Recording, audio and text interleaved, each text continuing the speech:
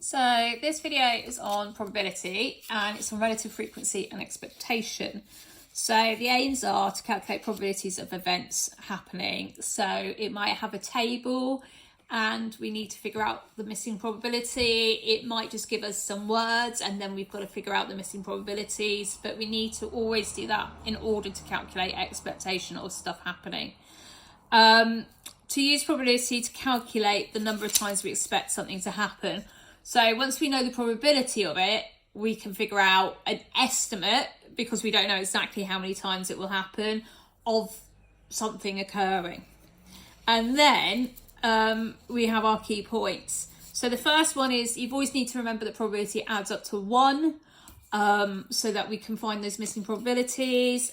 Read the questions carefully because they're not nice like just a normal straight table anymore. There's lots of wording, and the more times we do something, the better it will be. So what I mean by that, if someone rolls a dice 10 times and gets 5 2s, that is less accurate than someone who rolls it 100 times or 1,000 times. So the more times we do something, the more it tends to what the true probability is.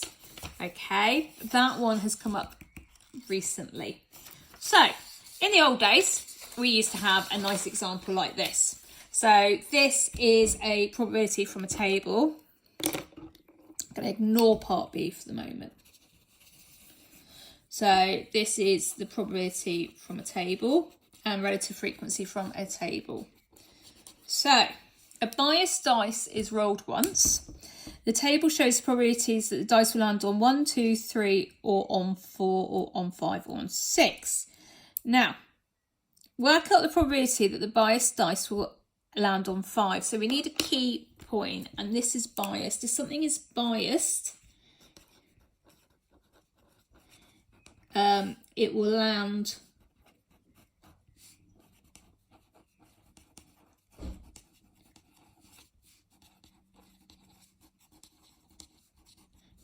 on something more than it should. So a dice should be like a 6, a 6, a 6, a 6, but it's landing on number 6 a lot higher. So therefore it is biased. So we need to figure out, because all these are the same letter, we know they're worth the same probability. So to be able to find out the probability that a dice lands on a 5, if you look here, I've got 0.05 plus 0.55, which is 0.6 or 0.60. It depends what you want.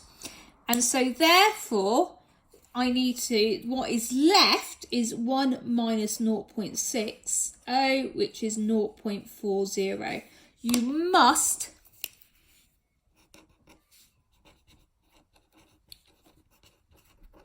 show that you've done 1 minus the probability that you've added up to. So I've got 1, 2, 3, 4 x's, and that's equal to 0.40. So 1x, so the timesing by 4, we're just going to divide it by 4, which is 0.1. So x is 0.1. Okay, so you get a mark for your showing that and your 0.1. So if we jump down to part C, it says the biased dice is rolled 300 times. Work out an estimate for the number of times the dice will land on a 6. Now, there is 2 ways to do this, okay? And method 1, so I'm going to call it expectation. So the number of times we expect something to happen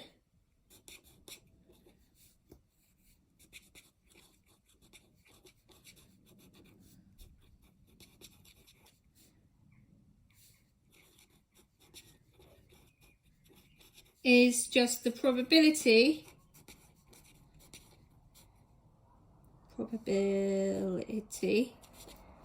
times the number of times we do it. Okay, so it's just your probability times the number of times we do it. So for example, if I threw we know a coin's got a probability of a half. We know if I threw a coin 100 times, I would expect 50, because half of 100 is 50. I would expect 50 heads, 50 tails, okay? The other method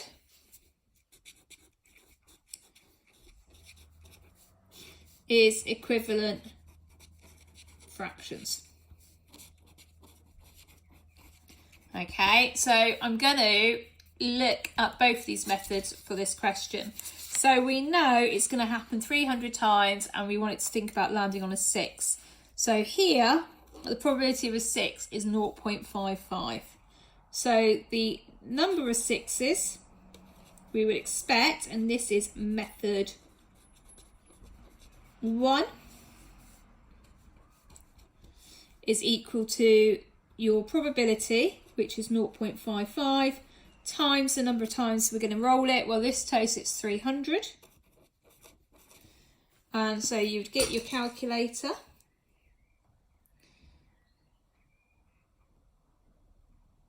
And it will tell me it's 165 times.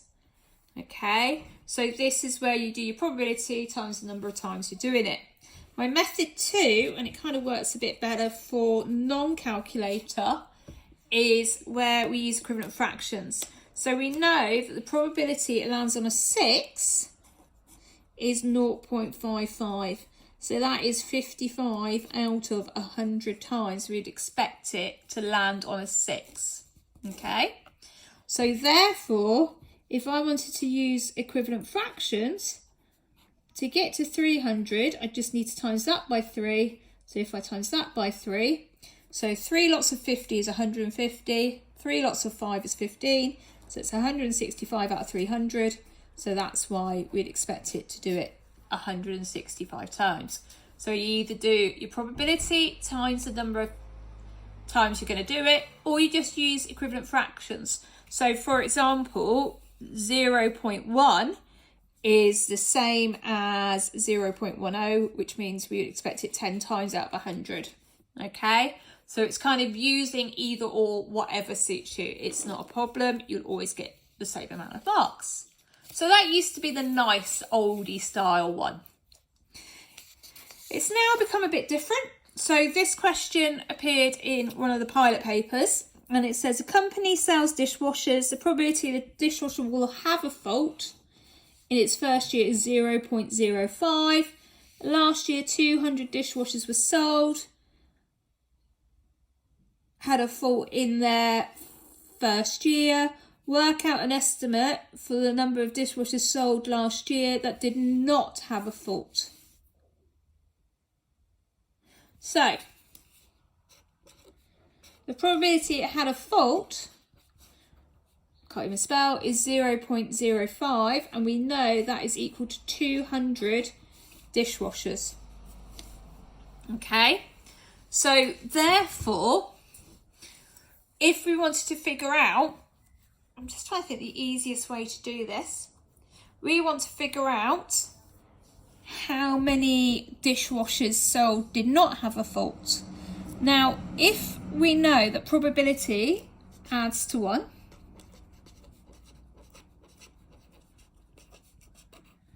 okay, so therefore the probability it's no fault is 1 minus 0.05, which is 0.95. Okay, now if we think about this, we've got 0.95 is equal to we don't know what, and then 0.05 is equal to 200. So what we can do is we can figure out how many times does 0.05 go into 0.95. So for that, and excuse me, I'm using an iPhone because that's just what's beside me, and I know I tell you off. So for that, I'll do 0.95 divided by 0.05, and it tells me 19 times. So because I need to times this by 19, therefore I need to times this by 19. So that means that would be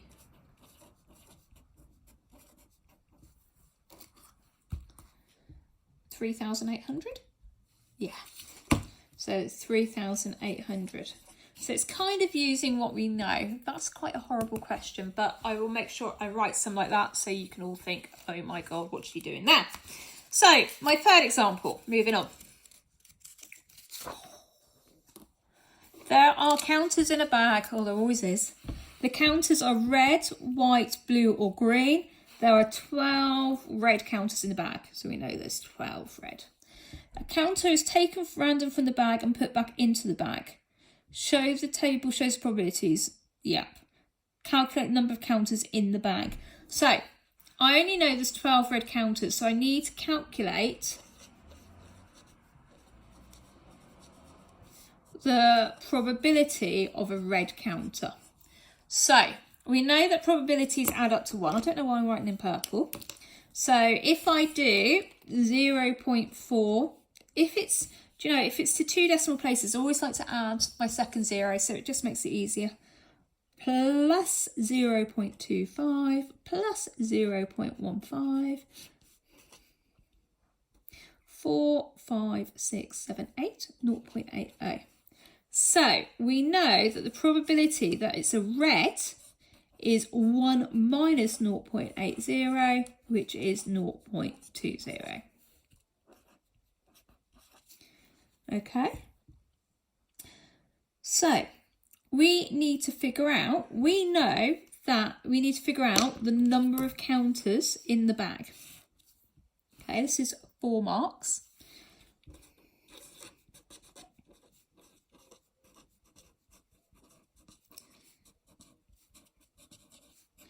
So what you can do is you could figure out how many white there were, because that would be 24. You could then figure out each section if you wanted to. So, but also you could think about, well, we know that 0.20 is equal to 12 counters. We know that probability adds to 1. So to get from 0.2 to 1, I just need to times that by 5, because there's 5 20s in 100. So if I'm timesing that side by 5, I'm going to times that side by 5. So that means there are 60 counters. So in total, there are 60 counters. So the first thing you need to do is you work out the probability of red, and then you need to think about how many of each counter. Now, if I look at this, the other way I said you could figure out each counter, if we know that 0.20 is 12, then 0.1 must be 6, 0.05 must be 3. So here, if I wanted 0.4, I can just double that, so that would be 24 white.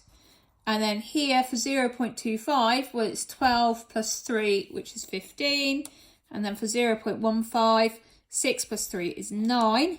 If I add all these together, so I've got 12 plus 24 is 36, 46, 51, 60. So you can see I've got exactly the same answer by using kind of similar numbers and playing with it. It's having that confidence. You would pick up some marks for this and then playing about, you'll get this. Remember, you can't write below this line, or you put please see below, or you can ask for more paper, okay? It's just one of those where you've got to use logic. In links to this, we had one recently that didn't end up as a whole number. If it doesn't end up as a whole number, remember that you need to round. Okay, last but not least is my example 4. Again, past exam question, a recent one, thinking, yay, this is going to be straightforward. No. So, question 1, it was on a calculator paper. The table shows the probability that a biased dice will land on a 2, 3, 4, 5 or 6. Now, before I read anything, I can see that I'm going to have to work out the probability of a 1. Namer rolls the biased dice 200 times.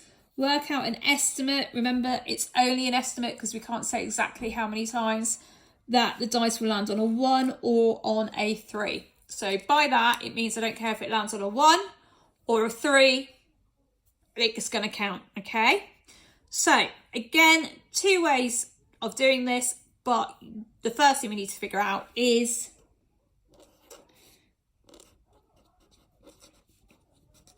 find the probability it lands on a 1. So what I'm going to do to that is, first things first, I'm going to add all my probabilities together. So I'm going to do 0.17 plus 0.18 plus 0.09 plus 0.15 plus 0.1. And that gives me, and I'm really angry at not having my calculator close to me, 0.17 plus 0.18 plus 0.09 plus 0.15 plus 0.1, 0.69. So the probability it lands on a 1 is equal to 1 minus 0.69, which is equal to, that'll take up 70, 0.31, okay? So there's two ways to do this, and it's either or what you find easy. So I'm going to find, let's think about this. Method 1. So the first thing I'm going to do is I'm going to find the amount of times it's expected to land on a 1, okay? So we know that expectation is linked to the probability times the number of times we're doing it, which is 200. And so that would be 62. Let's get my calculator to check it. 0.31 times 200 is 62. Brilliant. And then I could think about the expected time, number of times to land on a 3. So the probability of a 3 is 0.18. Times that by 200, because I'm doing it by multiplying it 200 times. So that would be 36 times. So my total would be the 62 plus 36, which is 98 times. Okay, so I figured out how many times it will land on a 1, how many times it will land on a 3, and add it together. Now, the second way to do this is I could figure out the probability, just changing my colour.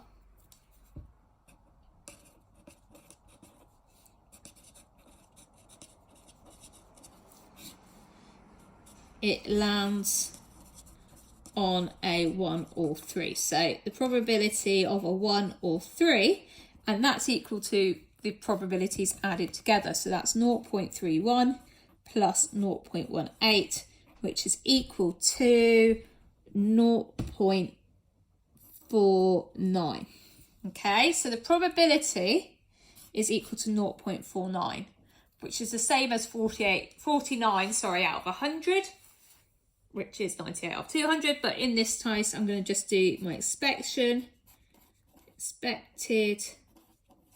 to land on a 1 or a 3 is equal to the probability times the number of times we're doing it, which is 98. So you get exactly the same answer.